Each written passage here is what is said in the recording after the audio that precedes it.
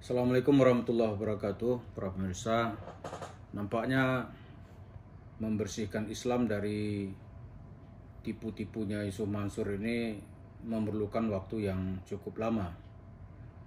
Kalau kita ikuti jejak Yusuf Mansur, ya cerita-ceritanya itu adalah cerita kepalsuan, kebohongan, dan ujung-ujungnya nanti adalah penipuan. Beberapa waktu lalu di banyak tempat Yusuf Mansur mencoba menepis tuduhan bahwa dia katanya nggak makan uang sedekah, tidak makan uang amplop, bahkan dia berani bersumpah kalau saya makan uang saya berhenti jadi ustadz. Ini tentu saja sebuah dagalan gitu. Kalau yang dimaksud makan uang, ketika ditanya di hadapan Hotman Paris Sow itu, dia mengatakan saya makan nasi, tidak pernah makan uang. Artinya uang sedekah benar kan dia makan gitu. Dan bukti yang paling akurat itu ya bisa dilihat dari data ini. Dia bawa uang cash dari Kuala Lumpur dan ditangkap oleh bea cukai di Batam. Itu apa? Jumlahnya miliaran gitu. Jadi itu apa bukan bukti gitu? Dipublikasikan. Kalau memang itu sudah dipublikasikan, ya mana katanya dia mau berhenti jadi ustadz, terus aja tuh. Terus dia bilang lagi, dia mengatakan ya kalau terbukti membawa uang ceramah, ya dia juga akan berhenti jadi ustadz. Mana, karena tak mungkin si Mansur ini berhenti jadi ustadz. Dia begitu, Cuk.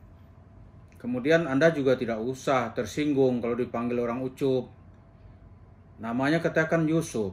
Ya kalau memang nama ente Yusuf, di Betawi biasa Yusuf dipanggil Ucup. Muhammad misalnya nih, karena banyaknya Muhammad, orang Jakarta manggil Muhammad itu dipanggilan Mat. Mat. Ya biasa aja dipanggil Mat.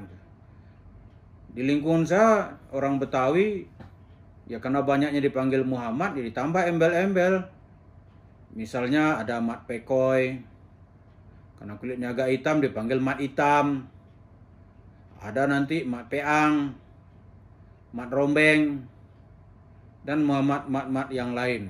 Itu ngapain Anda merasa tersinggung gitu? Sekarang benar nggak ucapanmu?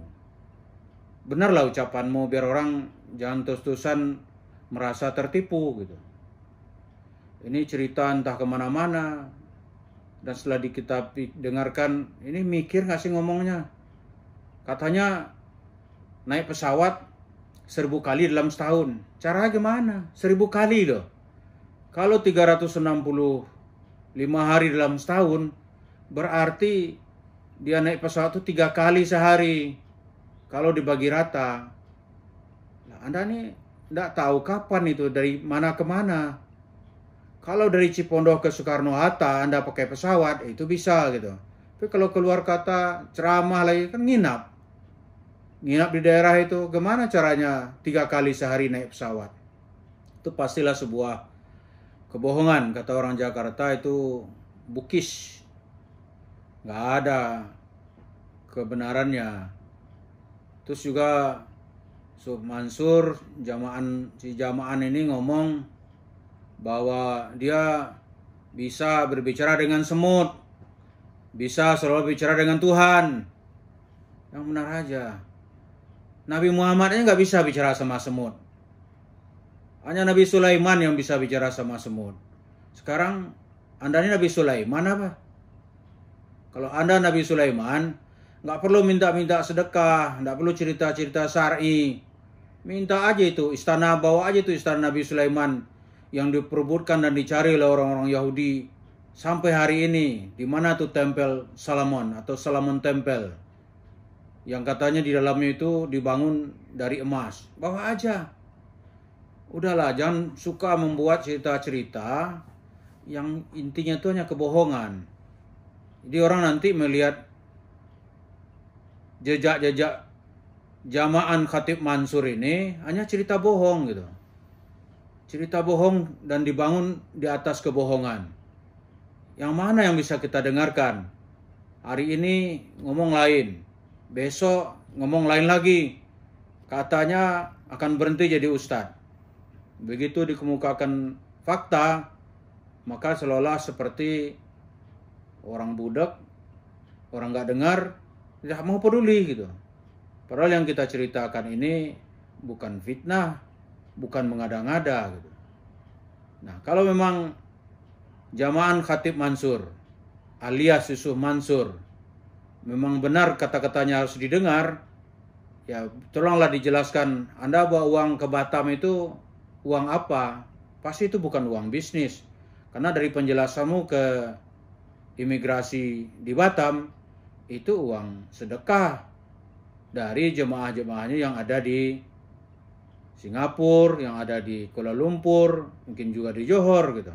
Karena orang berharap Jamaah Khatib Mansur ini benar-benar bisa membangun rumah tahfiz, dan banyak para hafiz yang keluar dari mahat itu. Jadi kalau memang Mansur mau berhenti menjadi khatib atau menjadi penceramah, menjadi dai, kalau terbukti membawa uang, cobalah dijelaskan uang yang Anda bawa dari Kuala Lumpur, dari Johor, yang ditangkap oleh imigrasi di Batam itu uang apa?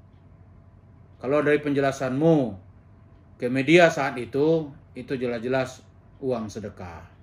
Jadi yang Anda bawa tidak bisa lagi dijelaskan dari alasan lain, kecuali memang seorang memakan uang sedekah. Terima kasih.